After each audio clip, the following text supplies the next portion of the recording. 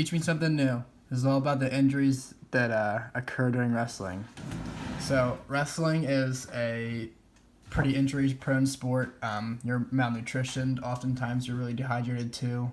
Along with all the weight you're sucking, you don't have as much fat as you normally should, and the part where you get thrown up 6 feet across the room is pretty detrimental too.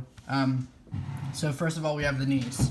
The knees are pretty notorious for being bad among wrestlers. You can receive a lot of injuries such as ACL tears, MCL tears from blunt forces, kids diving at your knees, or torn menisci. I tore both of mine.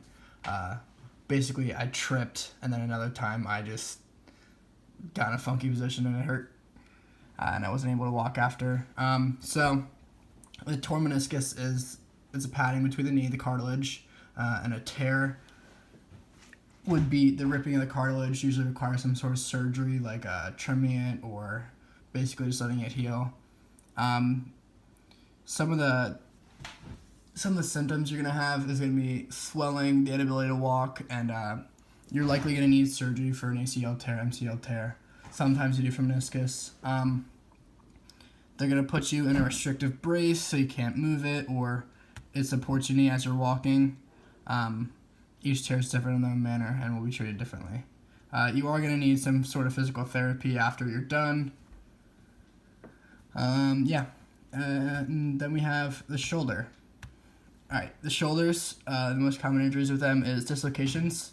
I don't know if this has to do with the weight cutting, but I'm sure it doesn't help. But getting picked up and put down on the mat doesn't feel so great on your shoulders, and you can dislocate them. Either a partial dislocation where the humeral head can be partially removed from the shoulder socket, or a complete dislocation.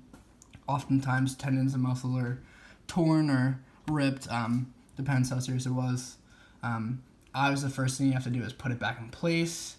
That's not too hard, doesn't feel too good though. And then basically they're going to splint it and give you some ibuprofen. Very few cases you're going to need surgery. Now, cauliflower ear, it's not that serious, but it is kind of gross. Basically, it comes from blunt force impacts. Your ear is going to swell up with a lot of blood, and the blood's going to clot.